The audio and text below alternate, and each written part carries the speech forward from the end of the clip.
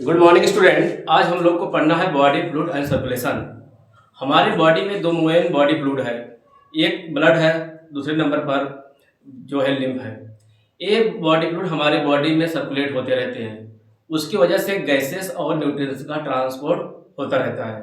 तो सबसे शुरू करते हैं, चैप्टर का नाम है body fluid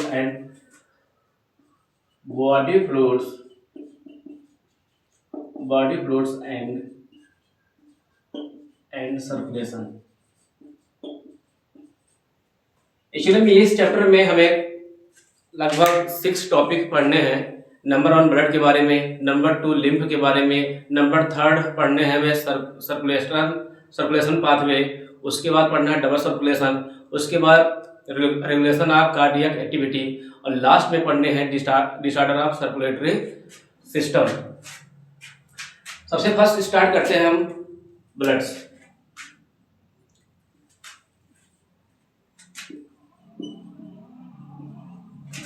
blood specialised connective tissue होता है।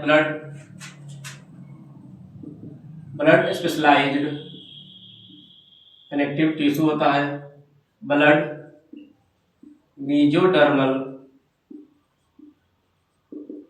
ओरिजिन होता है। हमारे बॉडी में 3 लेयर है, एक्टोडर्म, मेसोडर्म, एंडोडर्म। जो मेसोडर्म है वहां से इसका ओरिजिन है। 3rd नंबर पे पीएच की अगर बात करें तो ब्लड का पीएच जो है हमारे बॉडी में 7.4 होता है। वॉल्यूम की बात करें तो ये ऑलमोस्ट 5 से 6 लीटर्स होता है। ब्लड 2 कंपोनेंट से मिलकर बना होता है, plasma and form element. Plasma and formed element.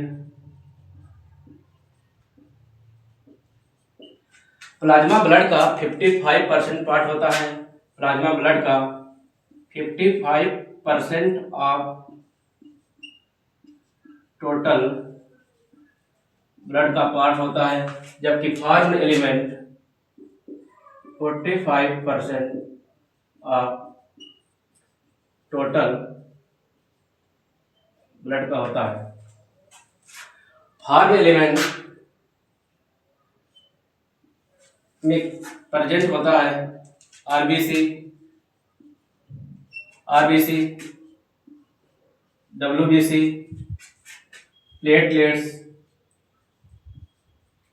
Platelets. उसके बाद डब्ल्यूबीसी 2 कैटेगरी में डिवाइड्स है, in presence of granules in cytoplasm based on granules in cytoplasm। अगर साइटोप्लाज्म में ग्रेन्यूल्स है तो उसे बोलेंगे ग्रेनुलोसाइट।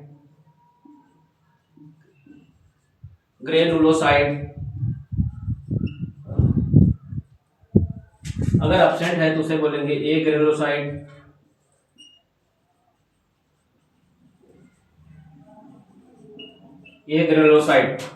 तो यहाँ पे एक्चुअली में ग्रेन्यूल्स presence in साइटोप्लाज्म, जबकि ये ग्रेनुलोसाइट में साइटोप्लाज्म में ग्रेन्यूल्स एब्सेंट है। तो यहाँ पे पॉइंट लिखना, पॉइंट है इसमें absence of granules in cytoplasm. अगर टाइप की बात करें तो ग्रेनुलोसाइट 3 टाइप्स होता है, न्यूट्रोफिल्स,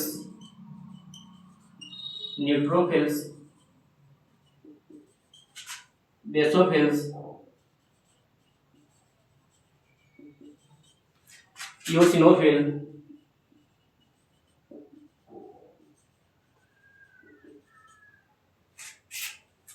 और एक ग्रेनुलोसाइट ये 2 पार्ट में डिवाइड किया गया है, monocytes monocytes and lymphocytes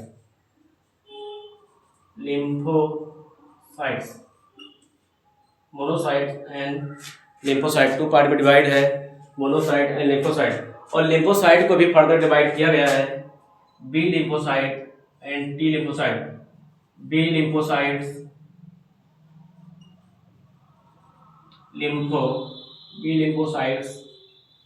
and T lymphocytes.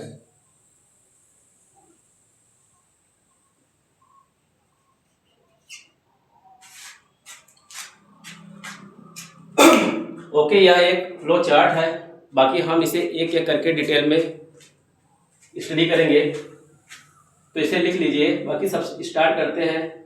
सबसे फर्स्ट प्लाज्मा, उसके बाद आरबीसी खत्म करेंगे, फिर डब्ल्यूबीसी, फिर लास्ट में प्लेटलेट्स।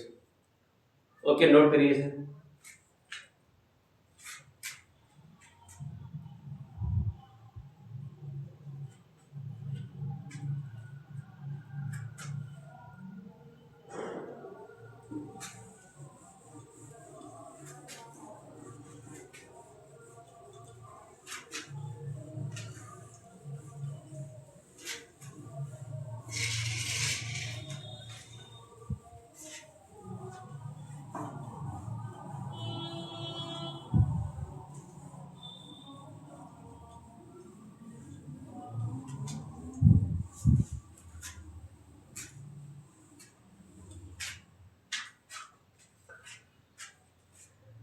सबसे फर्स्ट प्लाज्मा।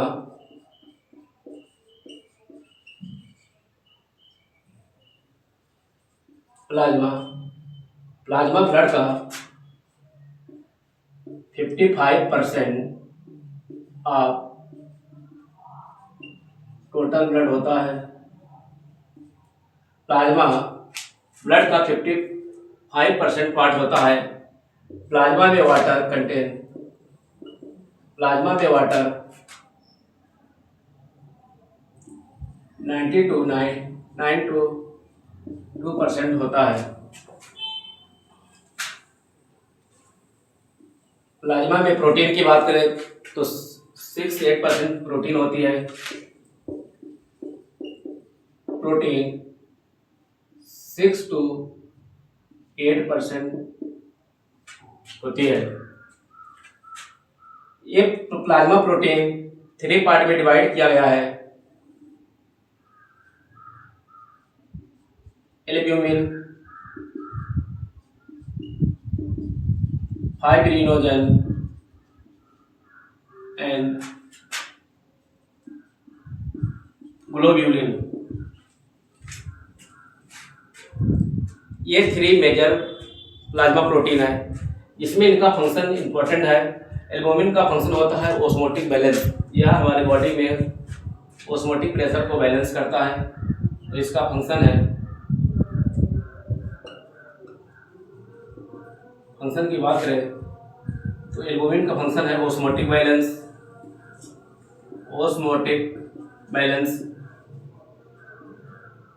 फाइब्रिनोजन का फंक्शन है ब्लड क्लोटिंग एंड ग्लोब्यूलिन का फंक्शन होता है डिफेंस मैकेनिज्म।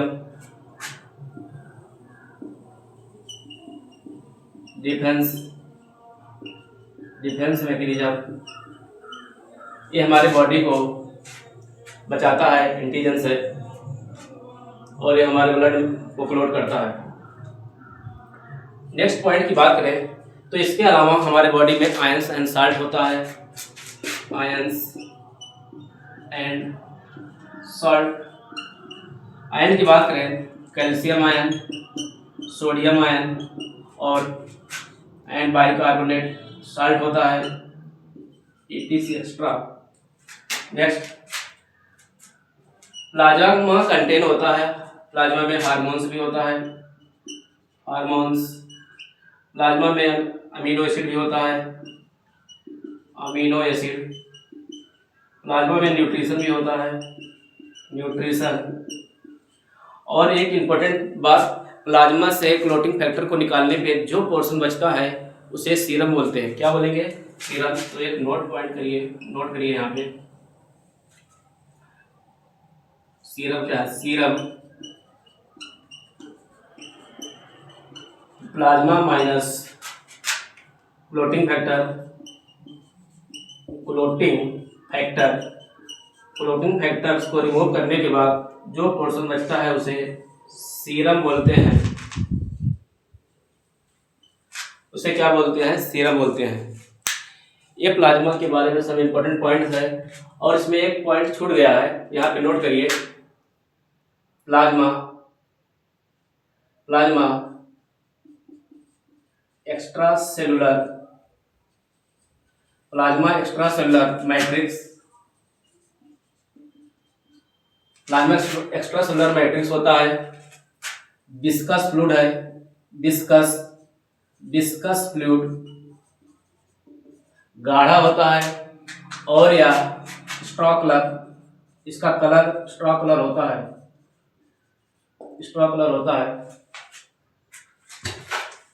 इसे नोट करिए। उसके बाद स्टार्ट करते हैं आरबीसी के बारे में।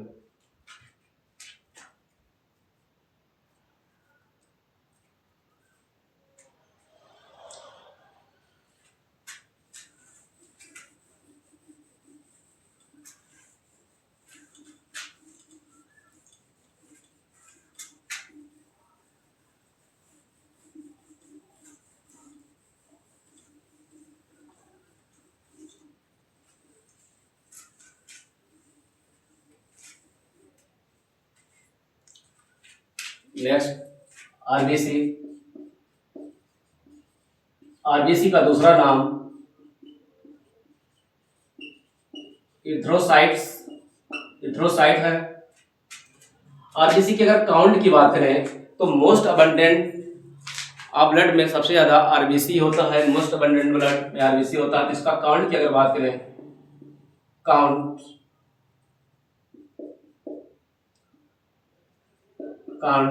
तो 5 to 5.5 मिलियन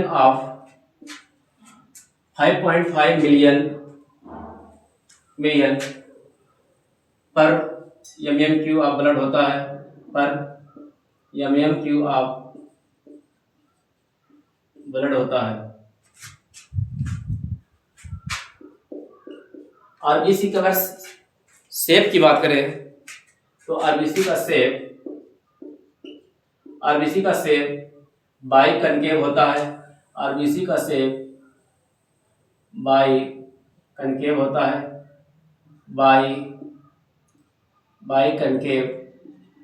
आरबीसी का शेप बाई कनकेव होता है। आरबीसी में न्यूक्लियस एब्सेंट होता है। इमैच्योर में न्यूक्लियस प्रेजेंट था, लेकिन मैच्योर होने पे न्यूक्लियस एब्सेंट हो जाता है, इसलिए इसे लिखते हैं ई न्यूक्लिएटेड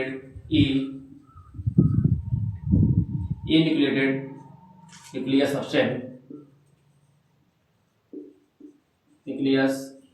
एब्सेंट। अगर लाइफ साइकिल की बात करें तो आरबीसी का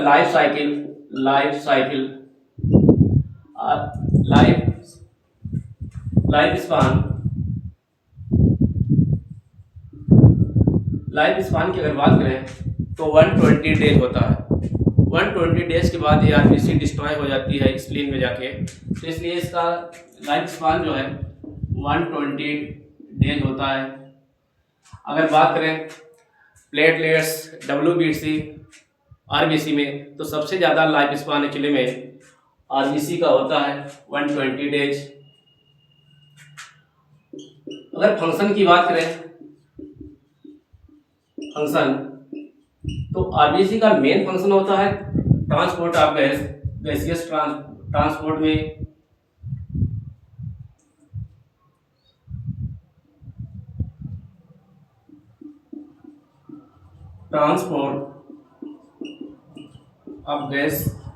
गैसेस के ट्रांसपोर्ट में होता है।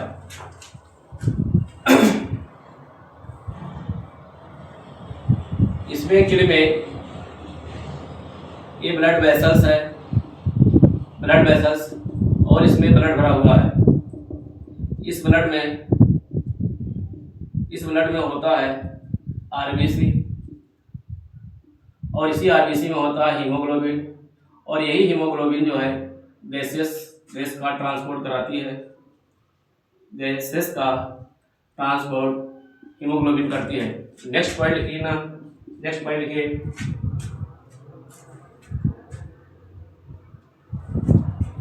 हीमोग्लोबिन।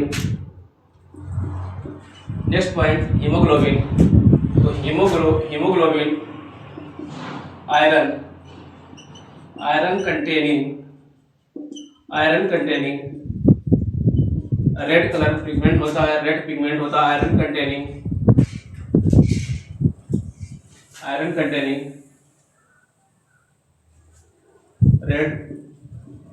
रेड पिगमेंट होता है।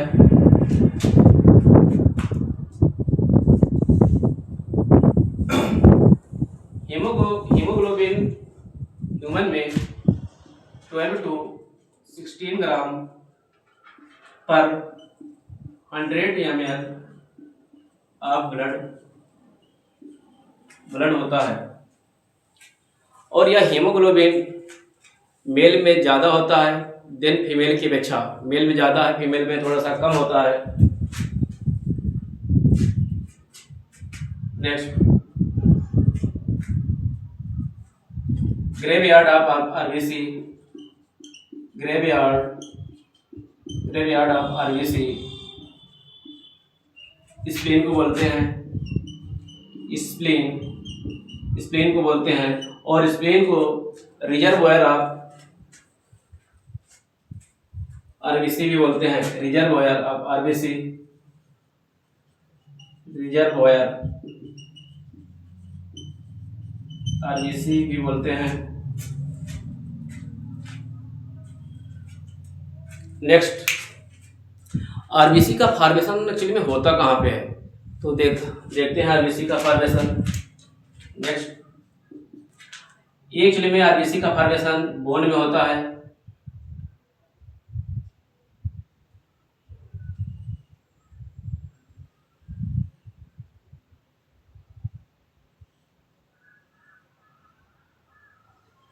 और इस बोन में भरा हुआ है यहाँ पे येलो बोन मैरो,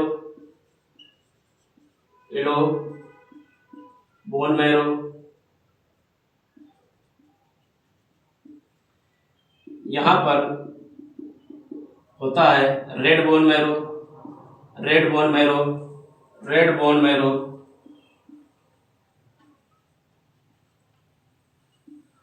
और इसी रेड बोन मैरो के पास होता है स्टेम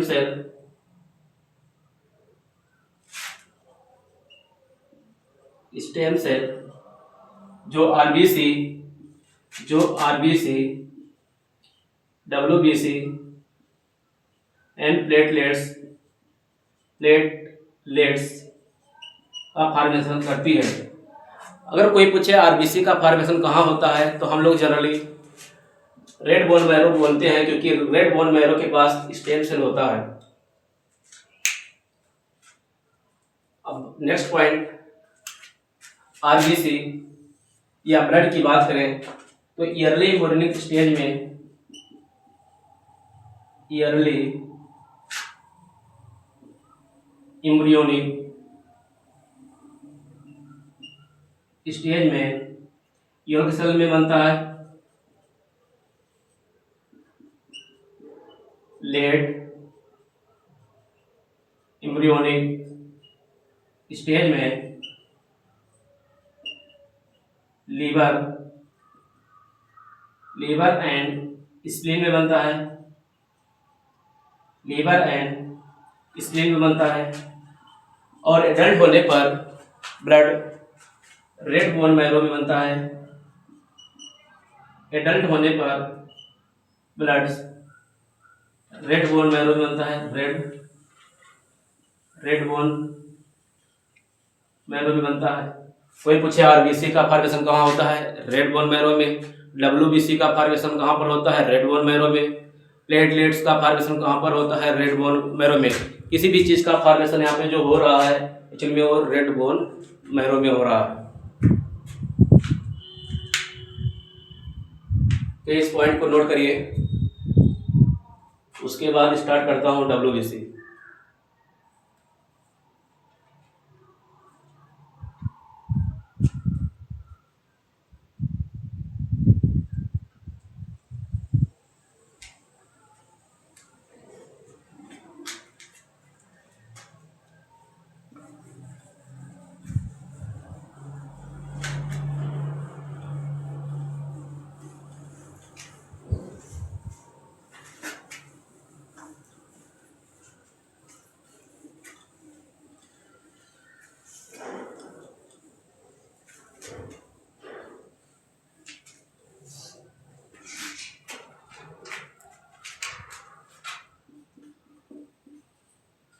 WBC, इसी को लॉन्ग फॉर्म में व्हाइट ब्लड सेल बोलते हैं। इसका दूसरा नाम होता है ल्यूकोसाइट। ल्यूकोसाइट का नाम होता है ल्यूकोसाइट्स। ल्यूकोसाइट कंटेन या ल्यूकोसाइट काउंट की अगर बात करें तो इसका नंबर जो होता है 6000 to 8000 पर MM³ ऑफ ब्लड होता है। पर MM³ ऑफ ब्लड होता है। पर MM³ ऑफ ब्लड होता है। नेक्स्ट, WBC की अगर लाइफ स्पान की बात करें तो यह RBC से कम होता है। इसका लाइफ स्पान इसका लाइफ स्पान 12 to 16 डेज होता है। अगर बात करें फंक्शन का तो WBC का फंक्शन होता है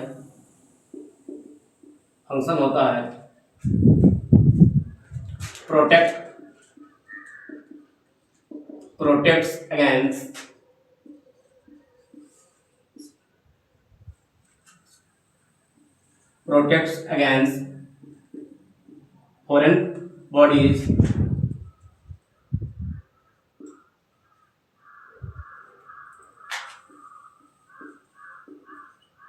या एंटीजन या इन्फेक्शन से बचाती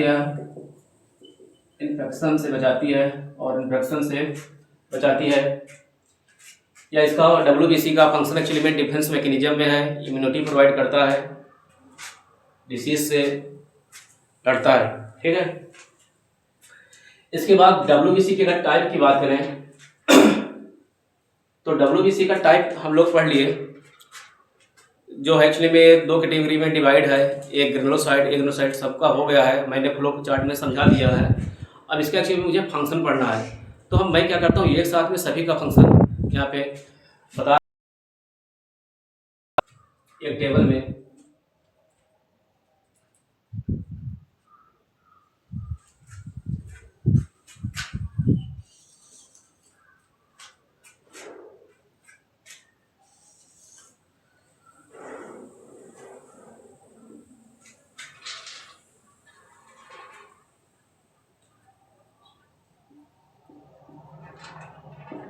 characteristic,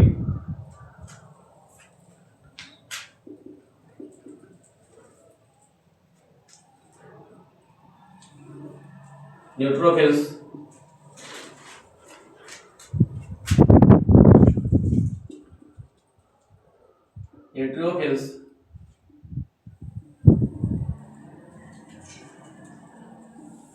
basophils, eosinophil, monocytes, lymphocytes.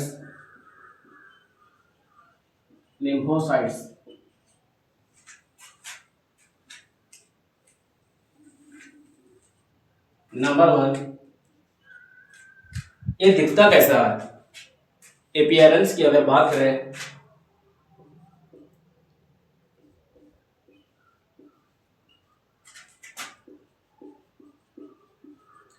Appearance की बात करें तो न्यूट्रोफिल्स जो होता है एक्चुअली में मल्टी लोब होता है। Multi lobed multi lobed, 2 3 4 multi lobed होता है। बेसोफिल्स की अगर बात करें, ये मल्टी लोब्ड होता है।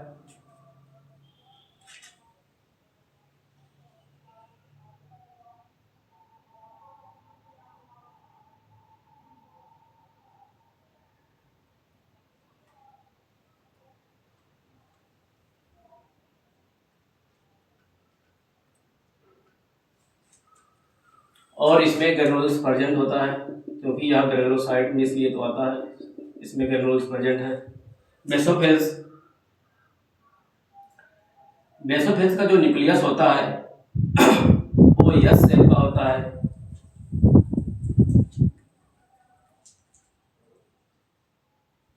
और इसमें भी ग्रेनुलोस प्रेजेंट है, yes shape, yes shape.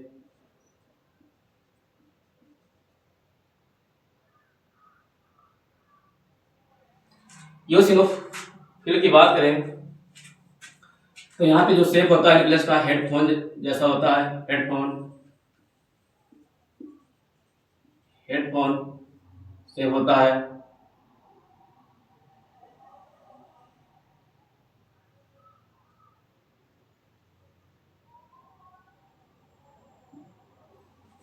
Monocyte, monocyte में न्यूक्लियस का शेप जो होता है किडनी शेप या बीन शेप होता है।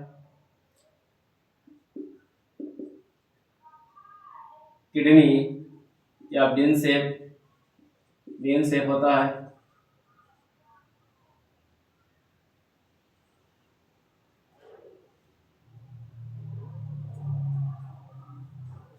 इन थ्री में, तीनों में ग्रेनुलोस प्रेजेंट है, लेकिन इसमें मोनोसाइट में ग्रेनुलोस एब्सेंट होता है। लिम्फोसाइट की अगर बात करें तो इसमें एक्चुअली जो न्यूक्लियस होता है इस राउंड जैसा होता है।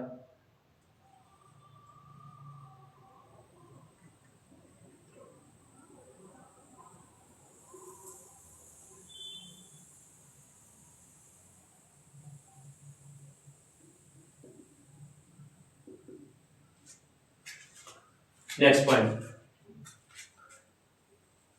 नेक्स्ट पॉइंट नंबर की अगर बात करें, नंबर, तो न्यूट्रोफिल्स का नंबर जो होता है WBC में सबसे ज़्यादा होता है 60 to 65%। बेसोफिल्स का नंबर 0.5 to 1% होता है, लेस देन 1%। यूसिनोफिल्स का नंबर 2 से 3% होता है। मोनोसाइट्स, मोनोसाइट्स का नंबर 6 से 8% होता है।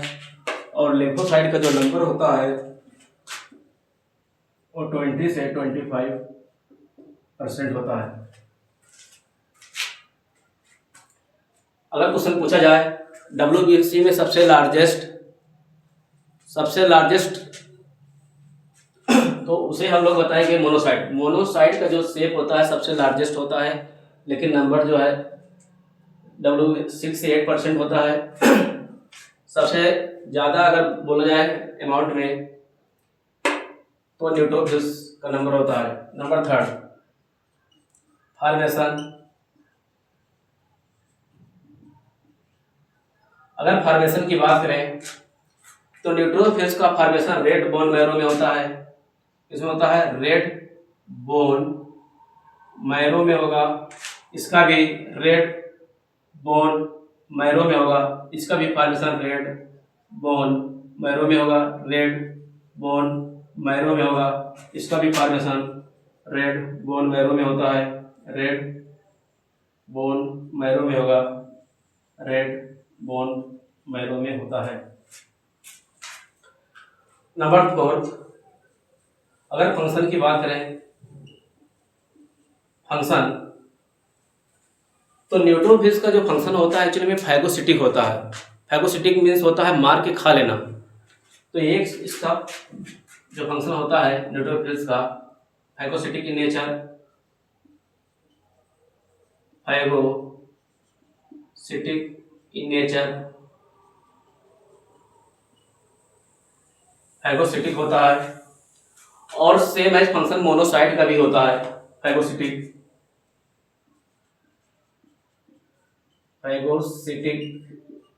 In nature.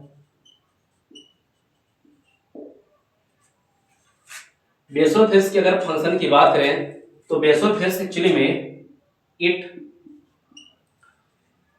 It it act like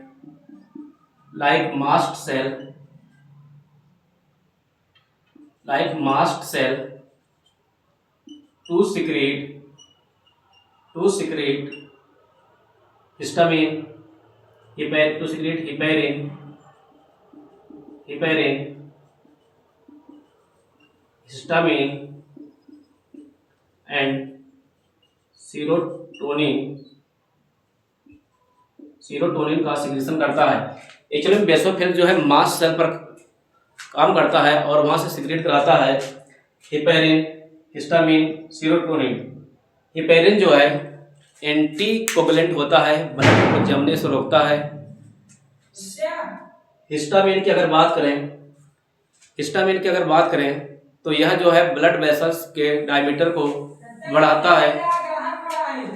serotonin की अगर बात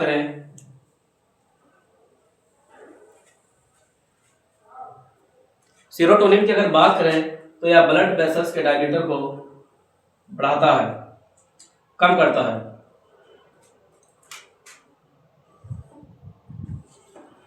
नेक्स्ट इस्नोफिल्स का फंक्शन देखते हैं।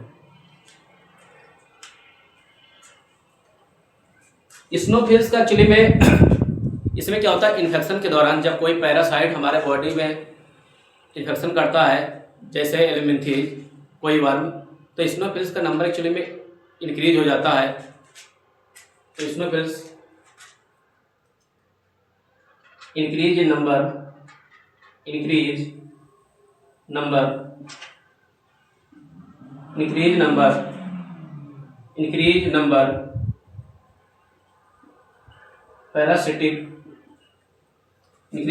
पैरासिटिक इन्फेक्शन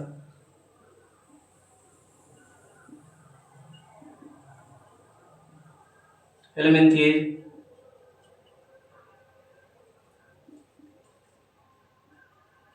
और में इसका नंबर इंक्रीज हो जाता है। और ड्यूरिंग एलर्जी के दौरान देज एंटी एलर्जिक होता है, एंटी एलर्जिक होता है।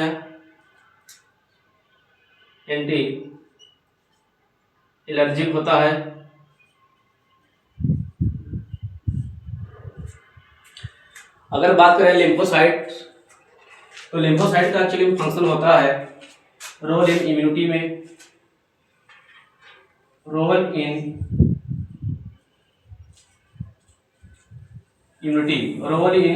इसका रोल होता है।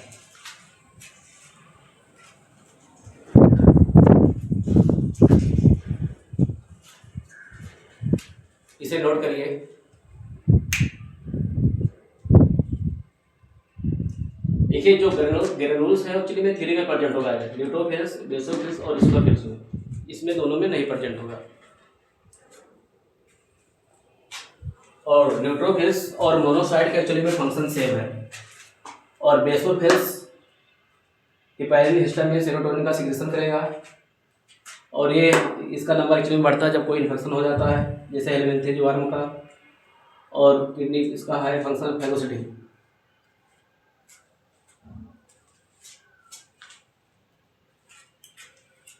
इसके बाद हमें स्टार्ट करना है प्लेटलेट्स।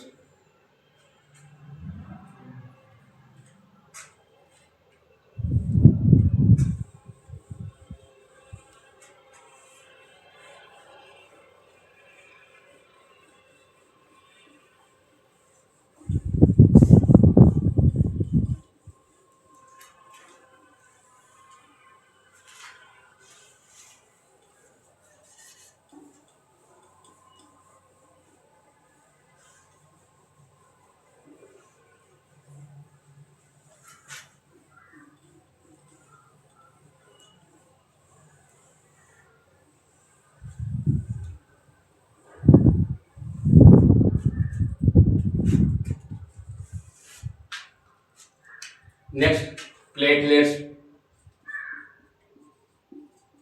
Platelets, platelets.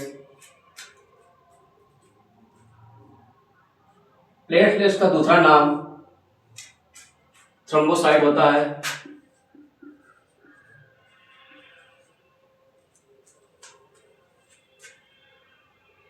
इसका नाम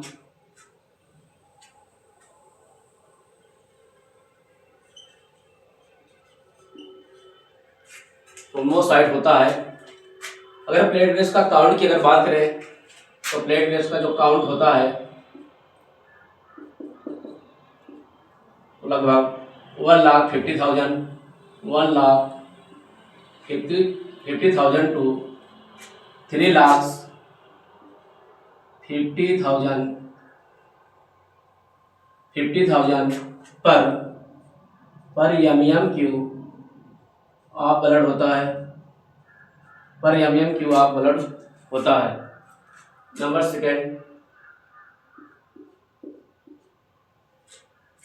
सेकेंड, अगर प्लेटलेट्स का लाइफ स्पान की अगर बात करें तो प्लेटलेट्स का लाइफ स्पान सबसे कम होता है। ये WBC, RBC सबसे कम होगा, इसका लाइफ स्पान ऑलमोस्ट 1 वीक होता है, 1 वीक होगा। प्लेटलेट्स की अगर शेप की बात करें तो इसका शेप एक्चुअली में कोई फिक्स नहीं है, इसलिए इसका शेप इरेगुलर होता है। इरेगुलर शेप होता है इसका।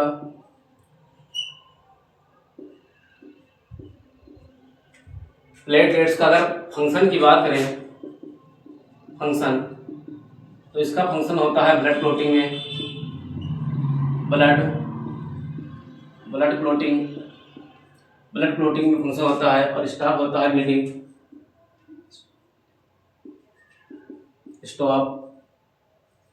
स्टॉप ब्लीडिंग को स्टॉप कर देता है। प्लेटलेट्स का अगर फॉर्मेशन की बात करें तो इसका फॉर्मेशन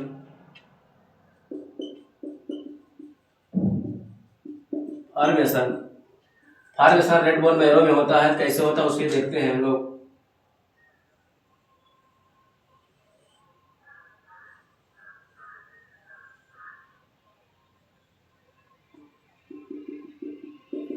यहाँ पे होता है रेड बोन मैरो, और यहाँ पे होता है कहीं कहीं पे स्टेम सेल, और यह स्टेम सेल बनाती है मेगा कैरियोटिक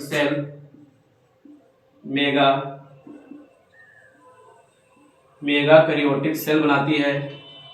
और इसी मेगा कैरियोटिक सेल का फ्रेगमेंट, यही मेगा कैरियोटिक सेल का जो फ्रेगमेंट होता है वही एक्चुअली में प्लेटलेट्स होता है। मेगा कैरियोटिक सेल एक छोटे छोटे पार्ट में ब्रेक हो जाता है,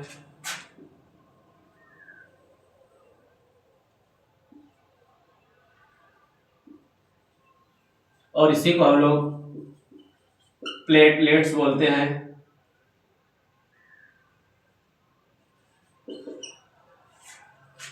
प्लेटलेट्स का जो शेप होता है इरेगुलर होगा, और एक्चुअली में प्लेटलेट्स कोई सेल नहीं है, क्योंकि इसमें जो मेन सेल होती है वो मेगा कैरियोटिक सेल का एक्चुअली में फ्रेगमेंट है। इसलिए RBC जो है एक सेल है, रेड ब्लड सेल, WBC भी एक सेल है, वाइट ब्लड सेल, लेकिन प्लेटलेट्स जो है कोई सेल नहीं होती है। और यहाँ पे जाके हमारा ये ब्लड वाला जो पोर्शन है वो ख़त्म होता है। नेक्स्ट अगले क्लास में हम शुरू करेंगे फिल्म। ओके।